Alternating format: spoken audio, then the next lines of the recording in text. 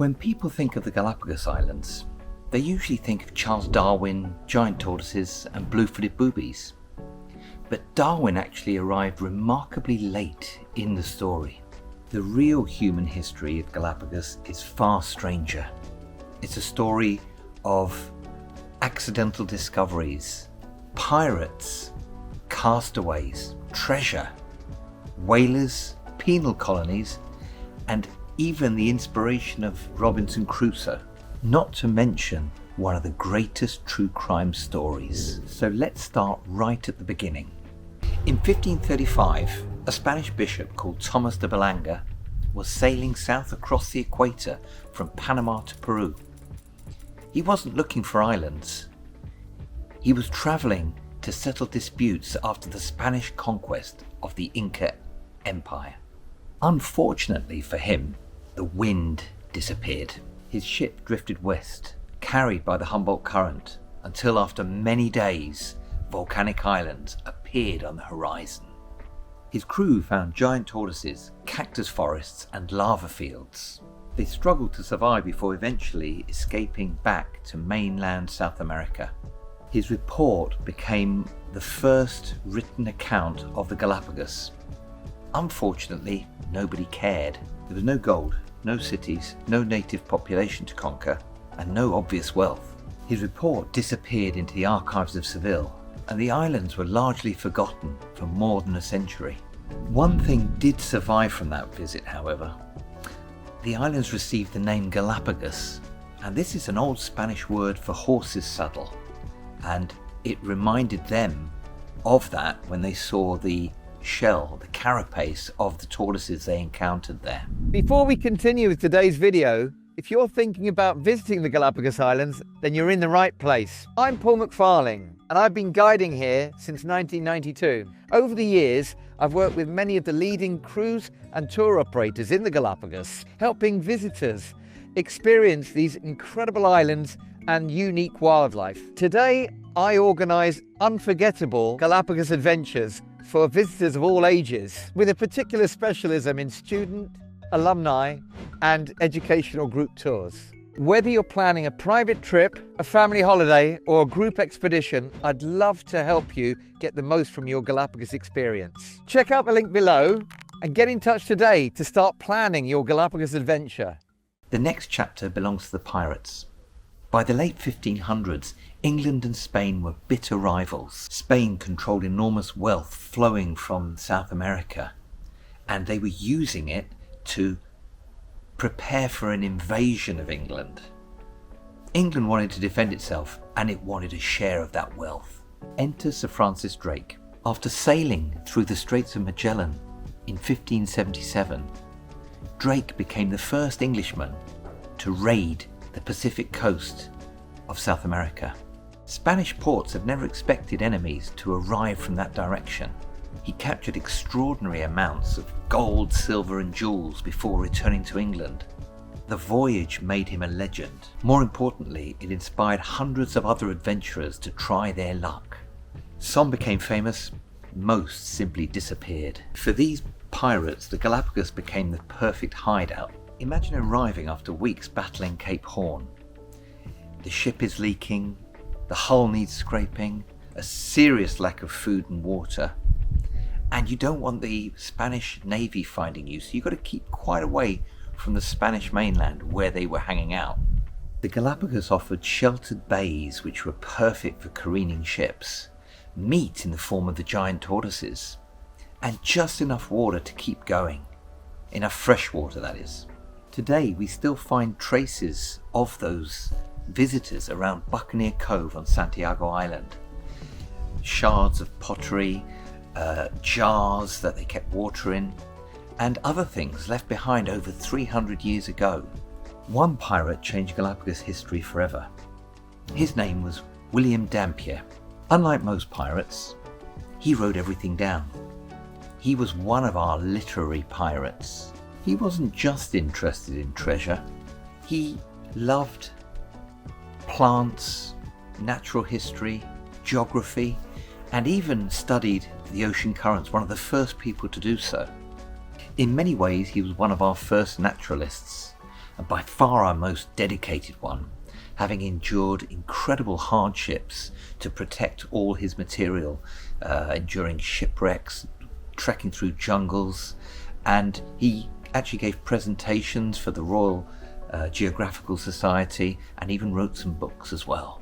His journals became the first detailed descriptions of the Galapagos and provide us with some of the earliest records of the wildlife and landscapes. Travelling with him was Ambrose Cowley, who gave many of the islands their English names: Charles, James, Albemarle and Narborough.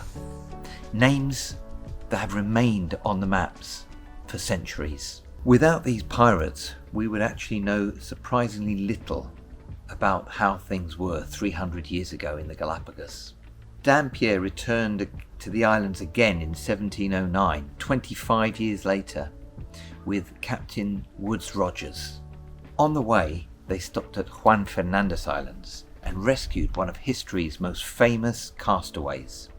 His name was Alexander Selkirk. He had survived alone for 4 years and 4 months, hunting goats and reading his Bible in an attempt to keep sane. His story became famous throughout Europe. A writer called Daniel Defoe heard about it and used it as his inspiration to write Robinson Crusoe. Selkirk did go hunting for goats apparently on the Galapagos, and the crew were amazed at how he brought them down single-handed. He did say though, "I am so glad that this wasn't my island, because I surely would have perished for the lack of fresh water." They had a hard time because there was very little fresh water on this particular visit. So in a way, Galapagos sits right in the middle of one of the greatest adventure stories ever written. Gulliver's Travels was also inspired using Selkirk, Dampier and Woodes Rogers. Many of the pirates we think of today are inspired by these particular ones. As piracy declined, another industry arrived: whaling. By the late 1700s, the seas to the west of Galapagos were among the richest whaling grounds in the Pacific. There were sperm whales everywhere. Hundreds of ships passed through the islands. There was more shipping in those days than there is today. One delightful tradition from this period still survives today. At Post Office Bay in Floreana, sailors left letters in a simple wooden barrel, just hidden in the brush behind the beach. Ships sailing home would collect any mail destined for their country and deliver it. There were no stamps, no postmen, just an honours system. Visitors still leave postcards there today, and they're still hand-delivered by travellers. The whaling industry also had a darker side. One of the most important staples when going out for months at sea looking for whales was fresh meat in the form of tortoise meat. Thousands were collected. The tortoises were carried aboard the ships alive because they could survive for so long without food or water. They were better than any other meat that they could bring on. It became one of the greatest early impacts on Galapagos wildlife. Then came another major turning point. In 1832, the newly independent nation of Ecuador officially claimed the Galapagos Islands. Just 3 years later, in 1835, a young naturalist called Charles Darwin stepped ashore. His visit lasted only 5 weeks, yet it would eventually change biology forever. For much of the 19th and early 20th centuries, Ecuador used parts of the islands as penal colonies. Life could be brutal. Some prisoners never left. The most famous reminder today is the Wall of Tears in Isabela. A huge lava wall built for prisoners just to make them work, but it had absolutely no necessity, no practical use whatsoever. Many died building it. Perhaps the strangest chapter came in the 20th century. In 1929, a German philosopher, his companion, another German family, and then a self-proclaimed baroness and her 3 lovers, all settled on the tiny island of Floreana. Others died under mysterious circumstances, and nobody agrees with what happened. People disappeared. Others died under mysterious circumstances, and nobody completely agrees with the events of what happened. The story remains one of the greatest unsolved mysteries in Galapagos history, and even inspired the fantastic film, the Hollywood film Eden. During the Second World War, the United States built an airbase at Baltra, and slowly settlement shifted to nearby Santa Cruz. Puerto Ayora eventually became the island's main town. Tourism expanded rapidly from the 1970s onwards, and today the Galapagos Islands population is around 50,000.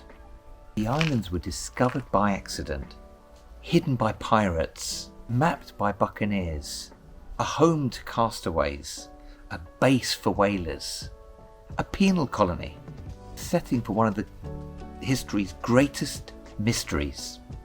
And only then did they become one of the world's greatest natural laboratories. For me, that is what makes Galapagos so fascinating. It isn't just a story about wildlife. It's a story about people, adventurers, explorers, dreamers, criminals and scientists, all leaving their mark on one of the most extraordinary places on Earth.